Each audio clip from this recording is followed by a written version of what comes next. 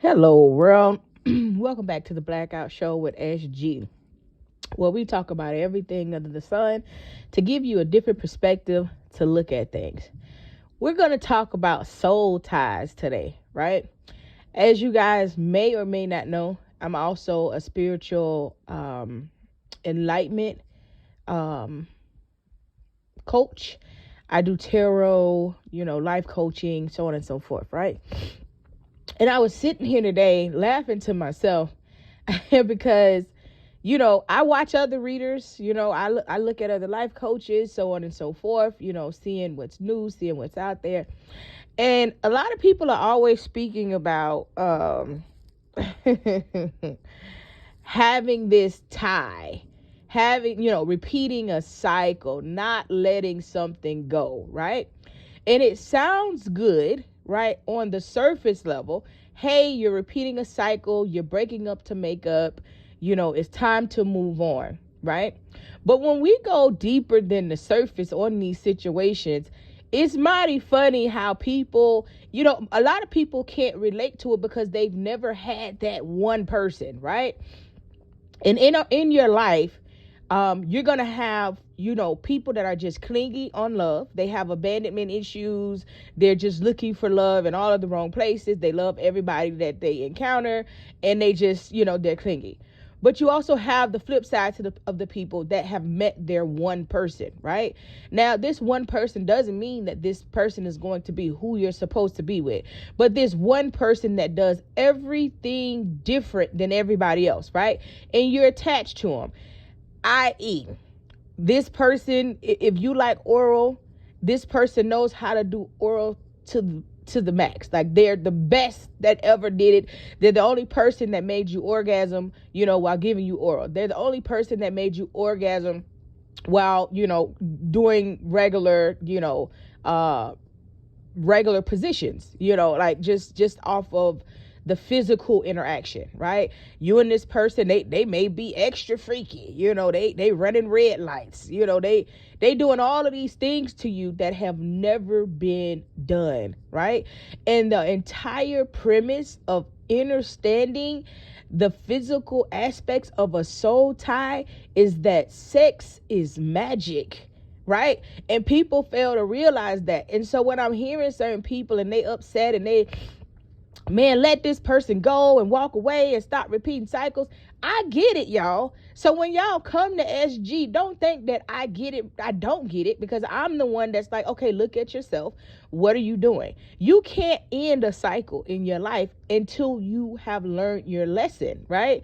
And so sometimes you just blown away, right? This person, you got a person that's doing everything right in the bedroom. Plus, they doing everything right outside of the bedroom when it comes to you. You know what I'm saying? They looking out for you. They making sure you straight. They helping with bills. They keeping your hair and your nails done. But yet they just will not commit, or they just will not come in, or they just will not give you that that you want, right?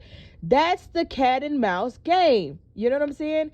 This person knows that they got you. They know that they have you hooked, right? And they know what you want. So the whole point of the chase is not giving you what you want, because they feel like that's going to keep you there, right? So again, it's ascension and it's growth, and I get it. But I can really tell when people have not met that one person. And if you have met that one person, you're not going to have a conversation with me, not with SG, and say, I did meet that one person, but when I said it was time to go, I didn't repeat all of these cycles. After the first or the second breakup, I was out of there and I'm done. That wasn't your person. I'm gonna tell you right now, that was not your person. You may have thought it was. Maybe their aura was better than anybody else, but that wasn't your person. Because these ties that you have with these karmics is so crazy that I have been in situations where it has taken me years, and I had to fast and pray and do all types of things to break a bond. Like, when somebody knows what they're doing, right? The little toxic fuckers, they know they toxic. They know what they doing. They know that they got you. right? So what you have to do is let go of the urge of wanting the one thing that they're holding on to not giving you, right? Slowly back yourself out of it. Okay, you know what? I'm not going to get a relationship. I give up on that relationship situation, okay? This is what I got. This is what this person is to me, right? Some people just like, okay, I'm going to deal with this and I'm going to do what I got to do. I don't want nobody else. Others, okay, I know I got this, but I'm going to go out and I'm going to do what I do and try to find somebody else. It's going to be hard for you to attach yourself to somebody else when you have that one person in your life, right? You may venture off and go date, but you're going to always go back to that person if you have not healed. So the best thing to do is to go through it and heal.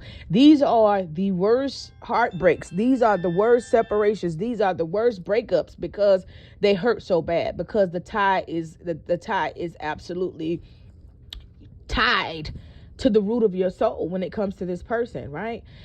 The strongest bond to have with somebody is a physical bond. Y'all don't get the fact that sex is magic. So this person has just magically delicious, right? This person, they magically delicious, right? They hit you in every way, that you ain't never hit. Look, everything is everything when it comes to this person. That's your one person. Right? This person, especially like if you've been out here and you're not experienced, right? And this person, they do it so good. You may have a thought in the back of your mind, like, is this really, really good? Because this is really the only person I've been with, or I only been with a couple people. But when you are experienced, right? Ain't nobody gonna talk too much about being experienced. When you are experienced and you've had, people, in your lifetime, and that this person stands out, that this person is different, that this person here is special, man, you're not finna just walk, man, you gonna repeat. I'm talking about throw them in the dryer.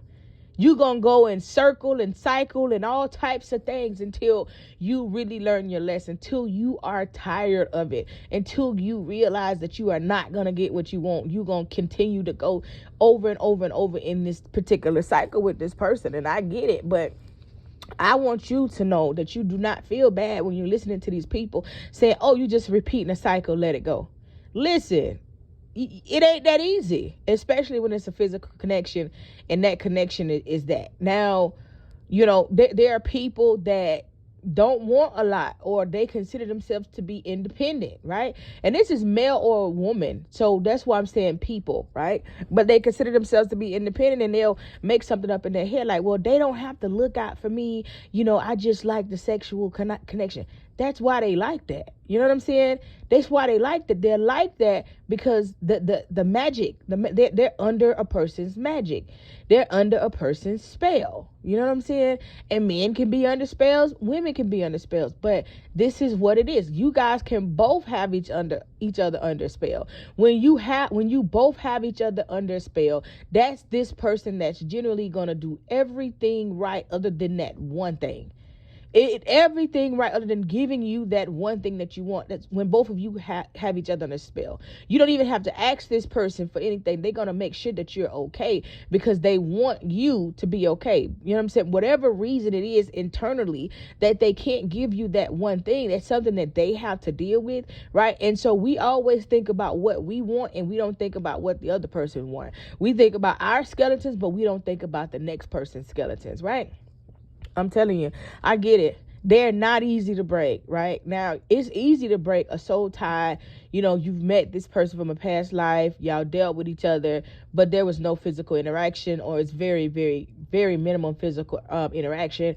And you're like, okay, that's it. But you've been dealing with somebody for years. You stuck with them. The thought of them not being in your life hurts. It hurts deep.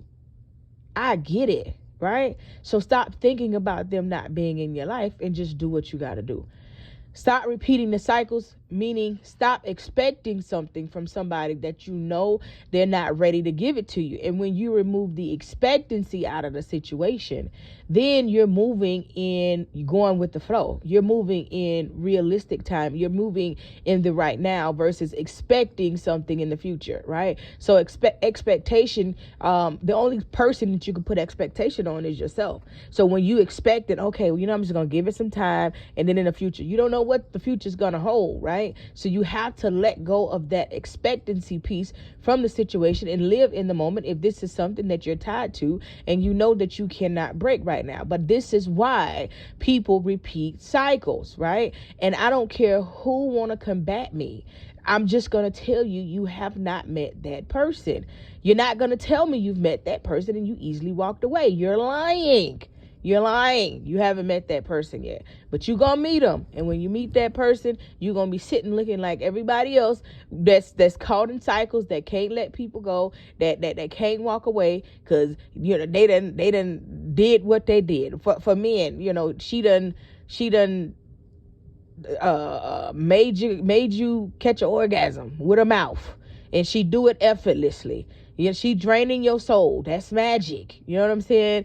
When he do it to you, that's magic, man. Like, the nastier, the harder the tie is. And so a lot of times you got people that don't allow people to get to them in that manner.